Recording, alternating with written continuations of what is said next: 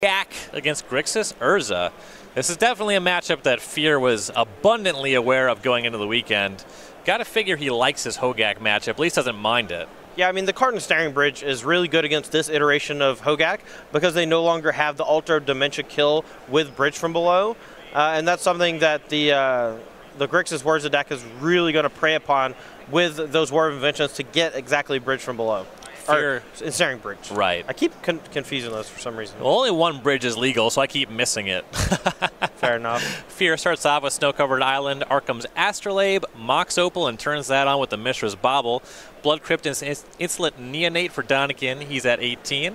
Fear will join him at 18 as his second land is a Watery Grave. Oh, and he passes the turn here looking to cast a War of Invention for X equals 2. Probably going to go get Sword of the Meek because he has a Thopter Foundry in hand. And if he assembles that, it might be enough to just weather the Graveyard Storm. And the only piece missing from the infinite combo, if he has that, is the Urza.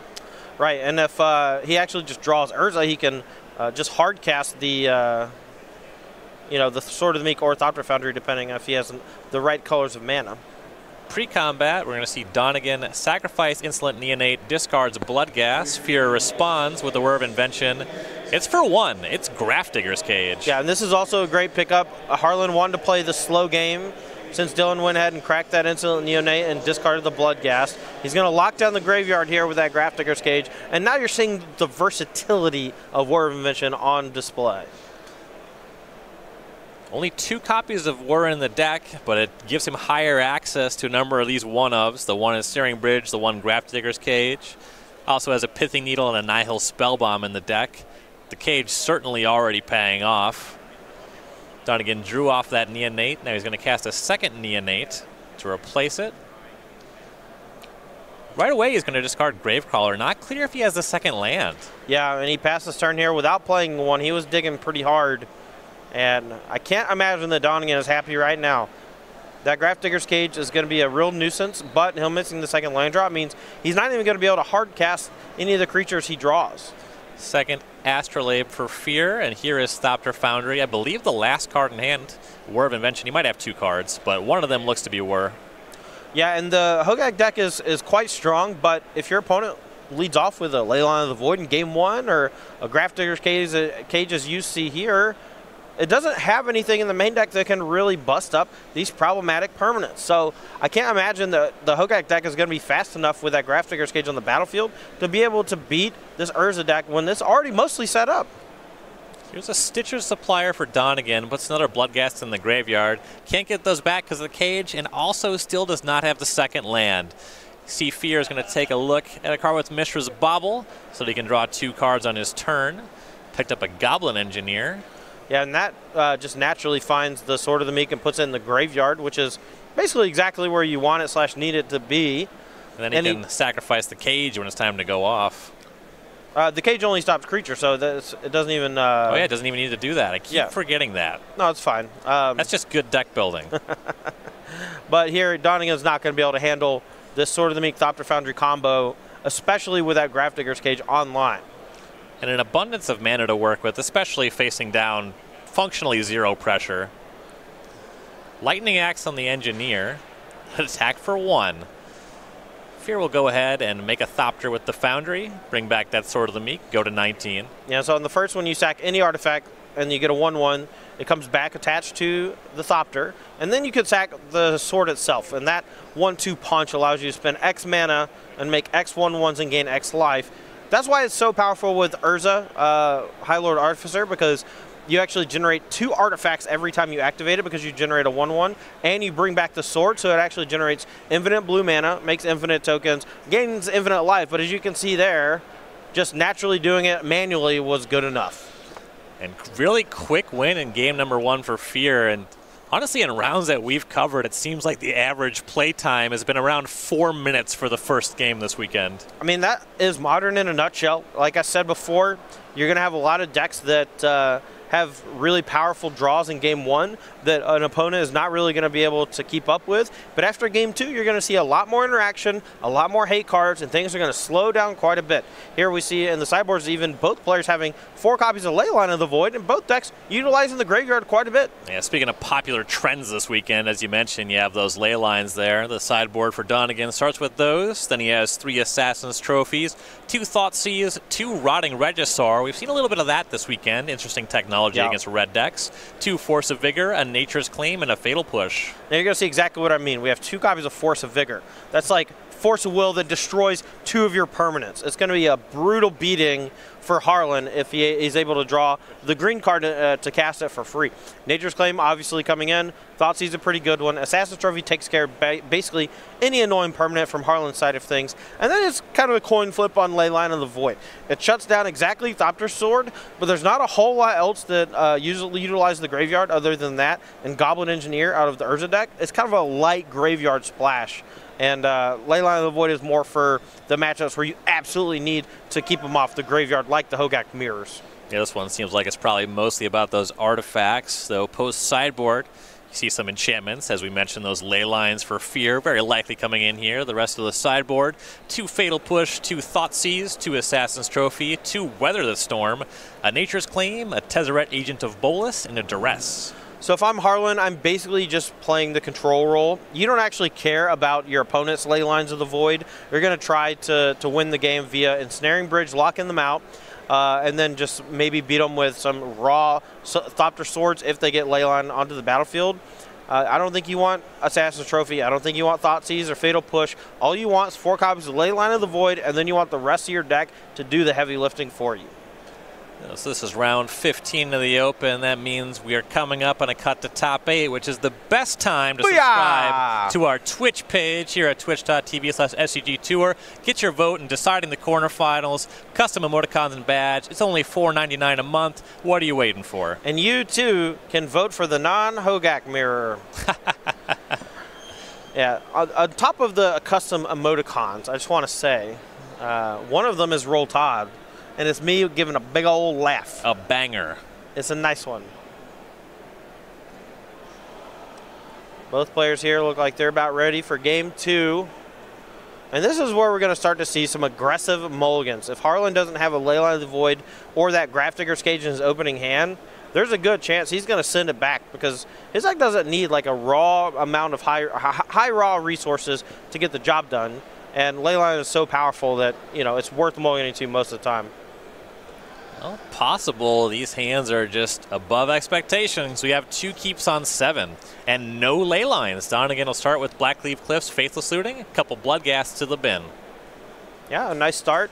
Harlan here going to hopefully have Grafdigger's Cage or something to keep him in check. If not, he's going to need a really quick assembly of Thopter Sword Urza.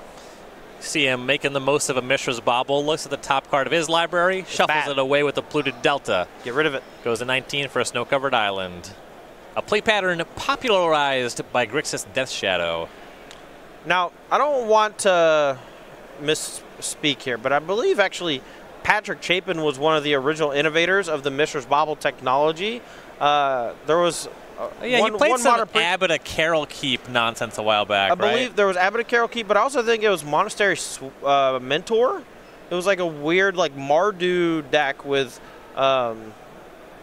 Mishra's Baubles, and it made Mishra's Bauble jump from, you know, $2 or whatever to 10. And then over time, a lot of people picked it up for Death Shadow because it lets you filter without playing blue. It also counts for Delirium and Tarmogoyf. Few more permanents added to the battlefield for Fear. You see a Mox Opal, a Mishra's Bauble, and a Chromatic Star. Donegan's going to go to work. He gets those Bloodghast back with the fetch land. He's going to cast a Satyr Wayfinder. There's the Gak.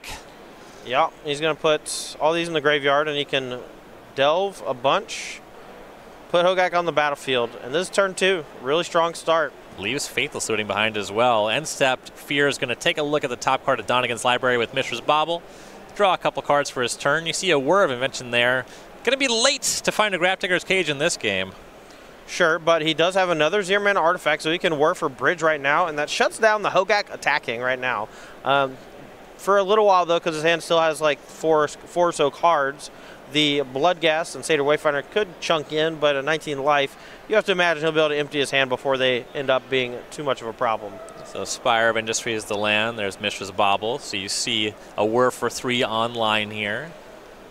Might be a check to see if Donegan has an answer.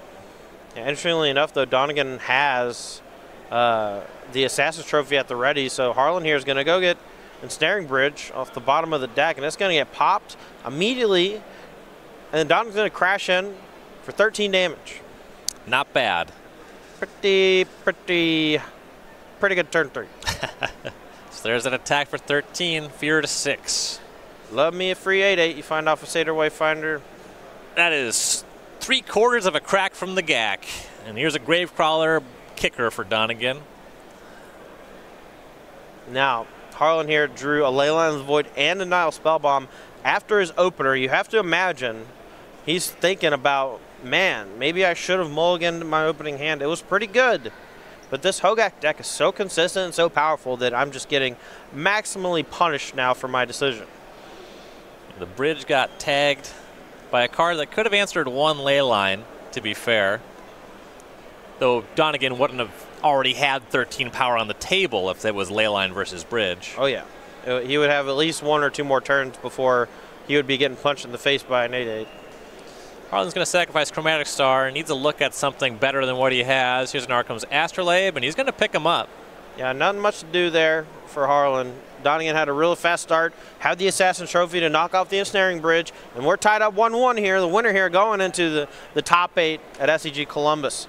Now, both players are decently high on the leaderboard. You see on the sides of their name, Harlan Fear in 12th place, Dylan Donegan in 13th place. And they are racing for the Players' Championship at the end of the year. Every single point matters. If they top 8 here, they're going to solidify their spot in the top 16, and that's going to keep them in the red with 2 buys. And as long as you're having 2 buys at every event, you know it becomes harder and harder for people to start catching up that are behind you. Dylan Donegan had a win on camera last match. Wasn't happy with the way he played it. Gets a shot at another winner in this round. Last year, he had 5 top 8s out of 14 opens played. 16 top 8s all time, 2 wins, invitational top 8 with a win. Made the Elemental token at the time. Pretty big Younger Pyromancer fan. Yeah, 2 open wins out of 16 tries. That's dead average. But he also has 1 invitational win and 1 invitational top 8. You know, it's not that average, having 16 top 8s when you're 22 years old. Yeah, I've known Dylan since he was a wee baby. I was burping him at the invitational that he won. You know, he needed some help. His bottle was empty and he was full. He just needed a little loving. I'm sure he must be glad that you were there. Oh, yeah. I got 9th place at that invitational. I was mad about it. That is a dissatisfying tournament result. I agree. Well, to be fair, I thought I was dead for like 6 rounds straight or something. And then in the last round, they put me on camera, and they're like, you got to win it in. I'm just like, there's no way. My tiebreakers are so bad. And they're like, they're not that bad. And then I won really fast, waited around for an hour, and then they posted standings, and I got 9th. I'm sure you were pretty jazzed about all that. Oh, yeah. I didn't even play the Classic the next day. I was too distraught. Gave you more time to burp young Donegan, though. Oh, yeah. No, we give him the 11s. We give him the burpins right before, you know. This is getting weird. I'm going to stop doing it. I don't know if it's getting weird. Because he's so small. I think it's been weird. He's so small. He's a small bean. Donegan taking a mulligan here. Fear once again keeping on 7. Maybe past the ley line check this time. Now, a lot of people talk about young Austin Collins being a prodigy. You know, before him, there were plenty of young players that came up here on the SCG Tour. Dylan Donegan is no slouch. He was, I believe, 17 years old when he won his invitational in Seattle back in 2013 and 2014. I forget which. Might have been 6 years ago. Yeah, 5, 6, somewhere in that range. His win was before I started doing commentary. I know that much. Hey, same. I've only been doing it for a little while, though. Donegan taking a look at a 6.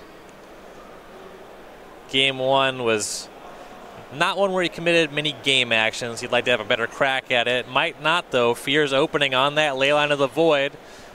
Cast an Arkham's Astrolabe, a Mishra's Bauble, a second Bauble, and a Mox Opal. Pretty similar starts in all 3 games, except this time he has that ley line. Yeah, now Donegan's going to need some answer here on turn 2 or maybe turn 3 to get this ley line off the battlefield.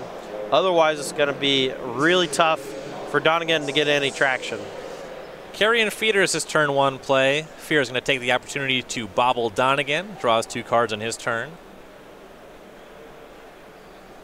Now, Feeder is one of the better starts for Donegan against a ley line of the void because it doesn't put anything into the graveyard that gets exiled. And, you know, he can start sacrificing some of the weaker creatures so he can grow the Carrion Feeder and get in for more damage. Fear executing the bobble trick again. On his turn, bobbles himself before sacrificing a Scalding Tarn to 19. Now, maybe a small misstep. Maybe should have tapped the Mox Opal before cracking the bobble, but probably has another artifact to make that irrelevant. He has an Arkham's Astrolabe in hand and not much else to cast here. So there's the Astrolabe. He has a Nature's Claim in hand, and here's Thopter Foundry. All right, but he's tapped out, so there's going to be no way to protect the ley line of the void. Does Donegan have the Assassin's Trophy or Nature's Claim? Or Force of Vigor?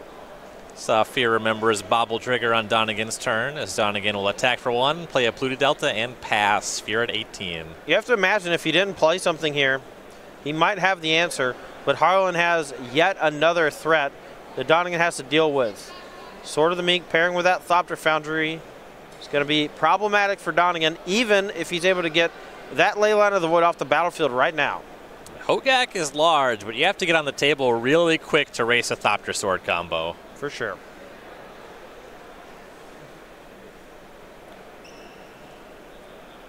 Chromatic Star is where Fear will start on his turn. He'll sacrifice that right away. That might be a great draw. And drew Thoughtseize off of it, which he will cast. This is going to let him know it's up. Donegan here cracking quickly. Going for the Assassin's Trophy on the ley line of the void immediately. Harlan not going to have a response, but he gets to fetch up a land. If I'm not mistaken, he still has a mana float. No, he does not have a mana floating. My apologies. Get a look at Donegan's hand. Double Hogak, Citrus Supplier, and Faithless Looting.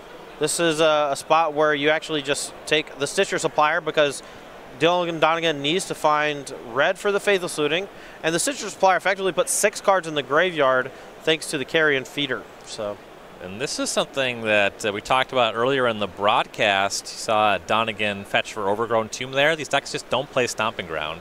Right, but for good reason. They have a ton of black 1-drops, and I've had my fair share of Stomping Ground get in the way playing these style of decks. Oh, by no means am I calling it a mistake. Oh, yeah. I'm just saying it's impossible to do this better with this deck. Right, right. A Swamp is the draw for Donegan, not really what the doctor ordered. And he's just got to pick him up. That's rough. Sees the writing on the wall. Donegan is tapping out. He's had enough. He'll fall to 11-4, and Harlan Fear advances.